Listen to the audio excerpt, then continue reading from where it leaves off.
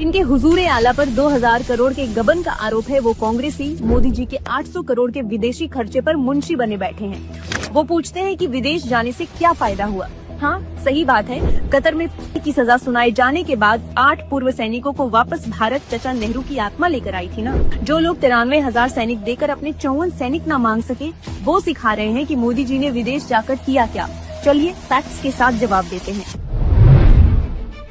2014 में पीएम बनते ही मोदी जी ने उस देश का दौरा किया जो रणनीतिक नजरिए से हमारा सबसे अच्छा दोस्त होना चाहिए था, लेकिन पहले की सरकारों ने इस पर ध्यान नहीं दिया। लेकिन मोदी जी की यात्रा से आज डोकलाम विवाद पर भूटान न सिर्फ हमारे साथ है, बल्कि चीन को जवाब देने के लिए डोकलाम में भारत को जमीन तक दी, और यही कांग्रेस का सबसे बड़ा दर्द है। 2014 में मोदी जी के जापान दौरे का नतीजा ये है कि आज भारत में बुलेट ट्रेन का सपना जल्द पूरा होने वाला है। सूरत से अहमदाबाद का हिस्सा 2027 तक शुरू होने की उम्मीद है। 2015 में फ्रांस दौरे के बाद राफेल खरीदने का रास्ता खुला और ये ऑपरेशन सिंदूर में सेना का धुरंधर बना। 15 में ही यूएई के साथ $75 अरब निवेश पर बात हुई। 2016 में ईरान दौरे से पाकिस्तान को बाईपास कर अफगानिस्तान और मध्य एशिया तक सीधी पहुंच का एक्सेस देने वाला चाबहार पोर्ट भारत के हाथ लगा। अमेरिका के साथ LEMO डील से भारतीय सेना को अमेरिका की मिलिट्री सप्लाई का एक्सेस मिला। 2017 में इजराइल से ड्रोन, मिसाइल और बॉर्डर सर्वेलांस टेक्नोलॉजी मिली। जर्मनी के साथ सबमरीन मैन्युफैक्चरिंग, रेलवे और रिन्यूएबल एनर्जी पर डील हुई।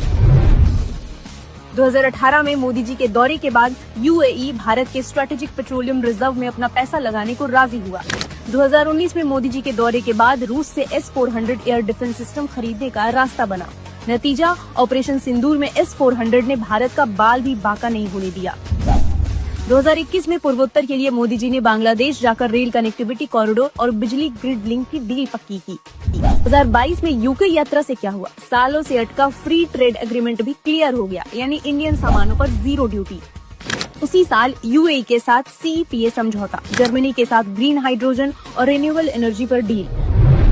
2023 में अमेरिका के साथ टेक ट्रांसफर समेत GE F414 जेट इंजन को मेक इन इंडिया बनाने की बात हुई। सेमीकंडक्टर पर डील, फ्रांस से डिफेंस और स्पेस टेक्नोलॉजी ट्रांसफर। 2024 में इटली के साथ defence deal.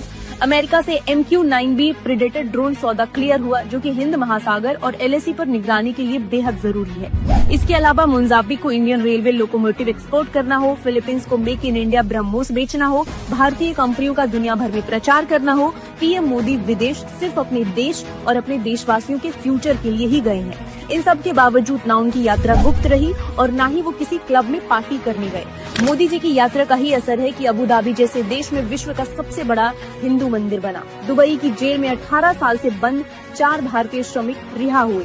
Mother of deals, US के साथ ट्रेड डील, 20 से अधिक देशों में UPI पहुंचाया, और अब तो भारत मिडिल ईस्ट होते हुए सीधा यूरोप तक इकोनॉमिक कॉरिडोर बन रहा है। ये सब देखकर कांग्रेस को चोट गहरी लगी है और इसीलिए जख्म छिपा नहीं पा रहे।